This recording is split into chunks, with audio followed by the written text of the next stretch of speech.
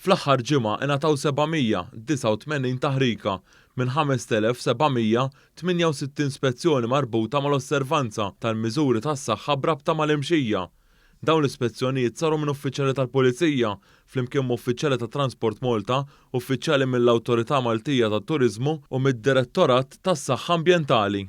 Minn dawn il-multi, 706 multi ingħataw hekk kif kien hemm ksur tal-obbligu li tintlibes il-maskra, filwaqt li 56 persuna ngħataw multa hekk kif kienu fi grupp ta' żjed minn 6 persuni.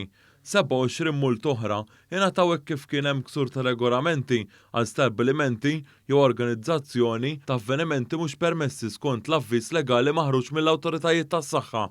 Minn dawn il-multi ftit aktar minn 500 multa ngħataw mill-Pulizija.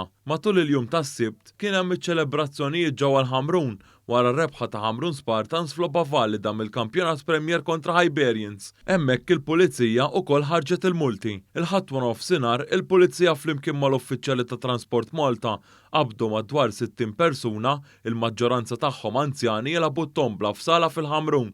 Din l-attività twafqet ħesrem hekk kif meqjusa bħala waħda tal-massa u għalhekk tikser id-direttivi l-ġodda mħabbra mill-awtoritajiet tas-saħħa brabta mat-trażżin tal-imxija. Il-Pulizija flimkien ma' awtoritajiet oħra investigat ukoll każ ta' dgħajsa li ġiet eskortata lura lejn Buġibba s-Sibt li għadda. Fuq din id-dgħajsa nstab l-alkoħol u ġie investigat possibilità ta' ksur ta' miżuri tas-saħħa. Intant minn 2910 spezzjonijiet li saru matul dawn l-aħħar 7 ijiem ma nstab li ħadd kienet jikser ir-regolamenti tal-kwarantina.